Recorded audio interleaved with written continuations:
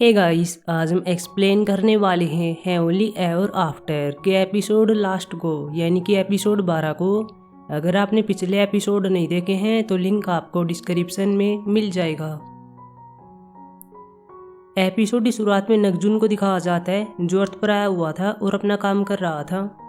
Example के तौर पर एक आदमी की बुक साइनिंग होती है और यहाँ पर नगजुन आ गया था। आदमी को देख रहा होता है, इसको याद दिलवाता है कि तुमने क्या किया था। तुमने अपने फ्रेंड्स को धोखा दिया था, उनको एक रूम के अंदर बंद करवा दिया था। तुमने उस टाइम सोल्जर का साथ दिया और इन सबको जिंदा जलवा दिया। नगजुन बाद में इसको पनिश करता है। फिर नगजुन एक और केस को देख रहा होता है, एक लड़की का पीछा कर रहा था। इसकी यादों को मिटाना चाहता है क्योंकि लड़की के अंदर एक बूढ़ी महिला की सोल आ गई है जो अपनी बेटी को देखना चाहती है। लड़की कह रही होती है, ठीक है तुम मेरी यादों को मिटा सकते हो, लेकिन मुझे मेरी बेटी मिल गई है, मैं उससे मिलना चाहती हूँ। बूढ़ी महिला बाद में अपनी बेटी के पास आती है जो कि प्रेग्नेंट होती है। नगजुन फिर इसकी यादें मिटा देता है। नगजुन बाद में हेवन में होता है, येसुक से बात करता है और इन सब के बारे में बता रहा होता है कि मुझे बूढ़ी महिला के बारे में बुरा लग रहा है, मुझे उसकी यादें नहीं मिटानी चाहिए थी। येसु कहती है, कोई बात नहीं है, तुम सिर्फ अपना काम कर रहे थे। नगजुन बाद में कह रहा होता है कि तुम्हें यंगे के ड्रीम में जाना होगा और उसको लॉटरी नंबर देना होगा। अगले सीन में सभी ऐसा करते हैं, येसु को तैयार कर देते हैं, इसको पंख लगा देते हैं।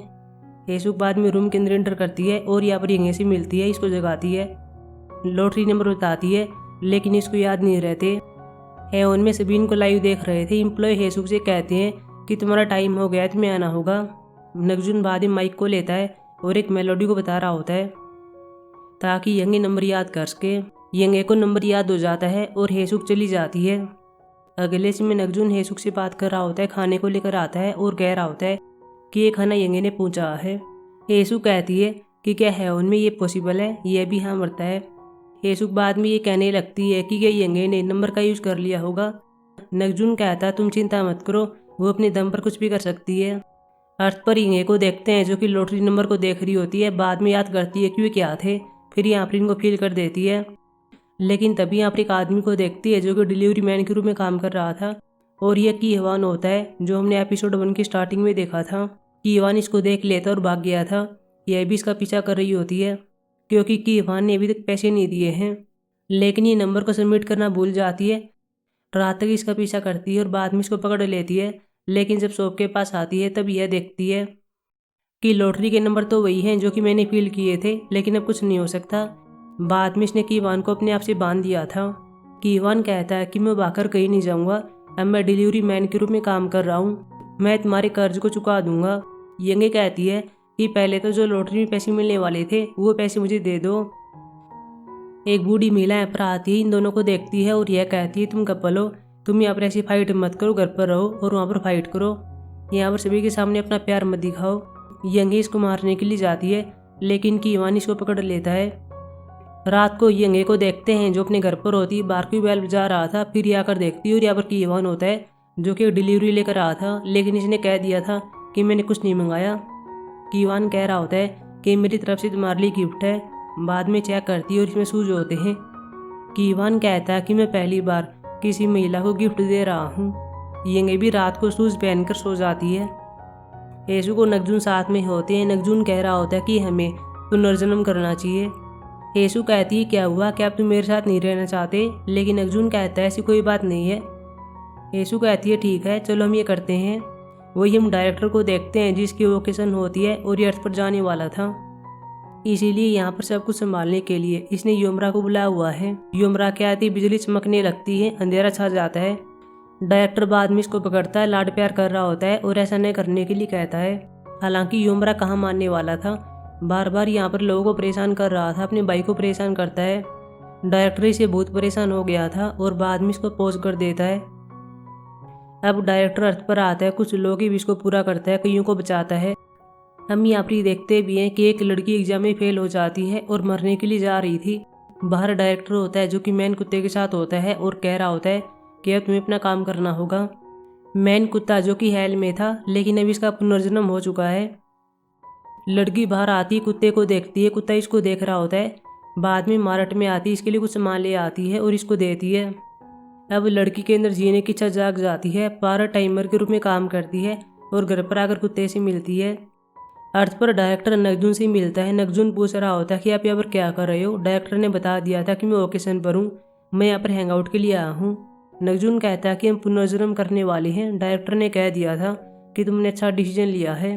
डायरेक्टर फिर इसके पिछले जन्म दिखाता है, जहाँ नगजुन को पता चलता है कि मैं 23 बार हेसु के साथ था, लेकिन यह सब देखकर ही अपसेट हो गया था।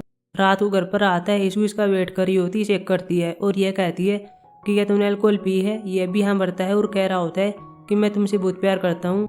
अगले सीन में इन दोनों से पूछा जा रहा था कि हम आपके लिए एक फिल्म बनाएंगे, हम आपका इंटरव्यू लेंगे, आपके सीन को फिल्म आ जाएगा और आप दोनों को चूज किया गया है, ऐसा करने के लिए डायरेक्टर ने कहा है। ये भी कहते हैं कि ठीक है। अगले सीन में इनका इंटरव्यू होता है। नगजुन बता रहा होता है कि जब मैं हेल में गया था तब मैंने हेसु को बचाने के लिए क्या क्या किया था। फिर ये बीच के पास आते हैं, कुछ फोटोशूट लिए जाते हैं।